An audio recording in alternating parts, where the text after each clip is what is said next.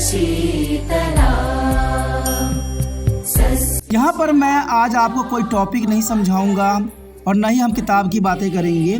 आज मैं आपके समक्ष जो है जनरल बातें रखूंगा जो आज के समय बहुत ही महत्वपूर्ण है। आज देखा जाए तो बच्चों का जो एजुकेशन है बिल्कुल ही ख़त्म हो गया है।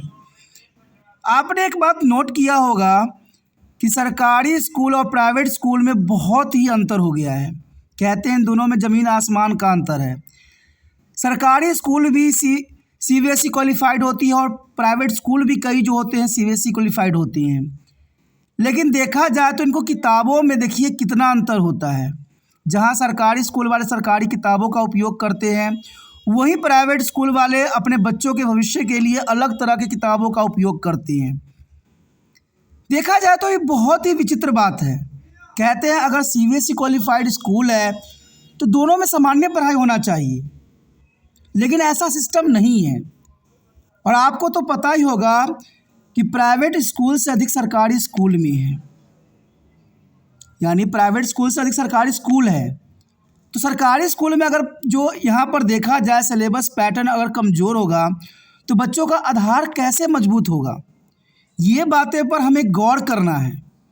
कहते हैं आज सरकार कहती है कि हमारा एजुकेशन सिस्टम मजबूत हुआ है। आपने देखा भी होगा कि 90% आज के समय रिजल्ट आ रहे हैं, लेकिन ये रिजल्ट आपको मैं बता दूं ये भविष्य के लिए सही रिजल्ट नहीं है, क्योंकि यहाँ कहीं ना कहीं जो एजुकेशन सिस्टम है उनमें राजनीतिकरण कर दिया गया है। आज देखिए इलेक्शन होता है तो सभी बच्चों को पास कर देते हैं, क्योंकि इनका वोट बैंक जो होता है ये 18 साल के बच्चे होते हैं और उनको बगलाने के लिए सरकार ये पैतरा खेलती है। क्योंकि देखा जाए अगर आप वास्तविकता को अगर ध्यान दें तो सरकारी स्कूल का सिलेबस कुछ और होता है, प्राइवेट स्कूल का कुछ और होता है। और आप ये रियलाइज़ करके भी समझ सकती हो। कहते हैं क्यों इतना अंतर होता है, जबकि सरकारी स्कूल वाले टीचरों को अच्छे खासे तनख्वाह होती हैं और प्राइवेट में कम होती हैं, फिर भी एजुकेशन में इतना अंतर क्यों? सरकार को इस बात पे सोचना पड़ेगा। सरकार तो अपना सर से तिकड़ा निकालने के लिए वो क्या करते हैं, इनको प्राइवेटाइजेशन कर देती हैं, लेकिन ऐसा संभव नहीं है। आज बहुत से बच्चे जो होते हैं 9th क्लास में आते आते ही फेल हो जाते हैं। ये तो आपने देखा ही होगा, क्योंकि उनका देखा जाए तो आधार अच्छा तैयार होता ही नहीं है।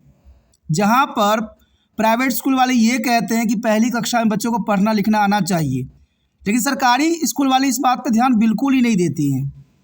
उनको तो सिर्फ बच्चे से मतलब है और अपना 31 तारीख सैलरी से मतलब है। यहाँ पर मैं बात जो करने जा रहा हूँ उन बच्चों के लिए करने जा रहा हूँ जो काफ़ी हताश हो जाते हैं। कहते हैं 8th क्लास तक तो सरकार की तरफ से पास करने की गारंटी दे दिया गया है और हो भी जाते हैं।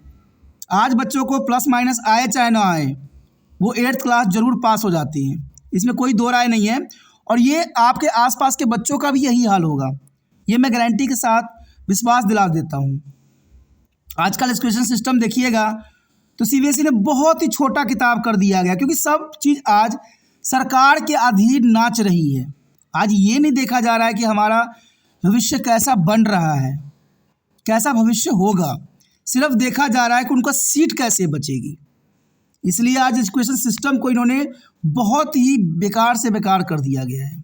आज जो बच्चे 8th क्लास बाद 9th क्लास में करते हैं, उसके बाद उनको फेल कर दिया जाता है, वो हताश हो जाते हैं। लेकिन यहाँ नहीं है दोस्तों। अगर आप अच्छे से एजुकेशन प्राप्त करना चाहते हो, ढंग से करना चाहते हो, तो इसको आपको खुद ही समझना पड़ेगा। क्योंकि मेरा विश्वास है कि 8वीं क्लास के बाद बच्चे खुद ही समझदार बन जाते हैं और यहाँ पर आपको खुद ही दिमाग लगाना पड़ेगा। आपके समक्ष जो है बहुत से ऑप्शन मिल जाते हैं। बहुत से बच्चे होते हैं जो 9th में फेल हो जाने के बाद हताश हो जाते हैं, लेकिन उनको नहीं होना चाहिए। कहते हैं ये जीवन का संघर्ष है, लेकिन आपको आगे अपना जीवन चलाना भी है। कहते हैं आपके माता पिता ने जो गलती किया है, जो अच्छे एजुकेशन के सिस्टम नहीं दिया, जो सरकार ने गलती किया है, उसको आपको नहीं मिलना चाहिए। ये तो सरकार हम लोग ऐसे चुनते हैं जो सिर्फ हवाई कहानी बनाती रहती है, सच्चाई वास्तविकता कुछ भी नहीं करती है। सिर्फ ये कहती है कि मैं गारंटी देता हूँ, लेकिन गारंटी कोई चीज़ का नहीं होता इस दुनिया में। कहते हैं जो अपनी जीवन की गारंटी नहीं दे सकते वो दूसरे की क्या गारंटी देंगी। यहाँ पर मैं अगर बात करूँ तो उन बच्चों को हताश नहीं होना चाहिए। आपको इसलिए बहुत से ऐसे बोर्ड हैं जो आपको काफ़ी मदद करती है।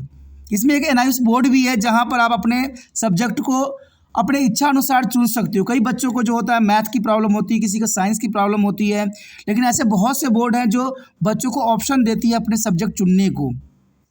मैंने कई बच्चों से बात सुना है, जाना है कि बच्चे कहते हैं कि मुझे साइंस नहीं आती है, मुझे मैथ से नफरत है, पता ना सरकार क्यों पढ़ाती है बच्चों को ये सब सब्जेक्ट, जिनको इंटरेस्ट ही नहीं है। बात सही है, जब जिन सब्जेक्टों पर बच्चों का इंटरेस्ट नहीं है उन सब्जेक्टों सरकार को नहीं देना चाहिए, लेकिन ऐसा कई बोर्ड हैं जो बच्चों को अपने अनुसार जो है सब्जेक्ट देती हैं, जो अच्छी बात भी है। और इसमें एनआईओएस बोर्ड का भी नाम आता है, जो बच्चों को अपने मर्जी से जो है सब्जेक्ट चुनने का उनको मौका मिल जाता है। और मैं इसलिए बात कहता हूँ दोस्तों, क्योंकि अगर आपका बेस कमज़ोर हुआ है, आपको फेल कर दिया गया है, तो कहीं ना कहीं ये तो आपके माता पिता की गलती, जिन्होंने अच्छे एजुकेशन नहीं दिया और सरकार के भरोसे सरकारी स्कूल में डाल दिया। कम से कम आपके माता पिता ये बात तो सोचते कि इन बच्चों को अच्छी एजुकेशन मिले, इनको पढ़ना लिखना समझना आ जाए, जो कि पहली दूसरी तीसरी क्लास में ही हो जाता है। लेकिन आपके माता पिता इन बातों पर ध्यान नहीं दिए, और आप लोगों भी नहीं ध्यान दिए होंगे, क्योंकि आपको तो समझ ही नहीं था। अब 8th 9th में आ गए हो, आप समझदार यहाँ बने हो, लेकिन आपको लिखना पढ़ना नहीं आ रहा है ढंग से, तो क्या करें। तो इसके लिए यही बात है कि आप मेहनत कीजिए, ठीक है। आप एनआईओएस बोर्ड में नाम लिखवाइए और वहाँ पर जो है अच्छे अच्छे सब्जेक्ट चुनिए जो जिसमें आपको इंटरेस्ट हो, और उसको कीजिए और देखिए आगे आपको सफलता किस प्रकार नहीं मिलता है। आपको सफलता मिलेगी, अवश्य मिलेगी, ये मेरा विश्वास है। और यहाँ पर त्रिपान स्टडी सेंटर ने आपको इसीलिए जो है यहाँ पर वीडियो लाया है, जिसमें आपको एनआईओएस की सारी जो है सिलेबस आपको यहीं पे मिल जाता है। और मैं इसलिए ये बात आपके समक्ष रखा हूँ कि बहुत से बच्चे जो होते हैं 9th क्लास का करने के बाद जब फेल कर दिया जाता है तो वो हताश हो जाती हैं, लेकिन हताश होने की ज़रूरत नहीं है। कहते हैं आगे बढ़ने के लिए कोई ना कोई रास्ता हमें अपनाना पड़ता है।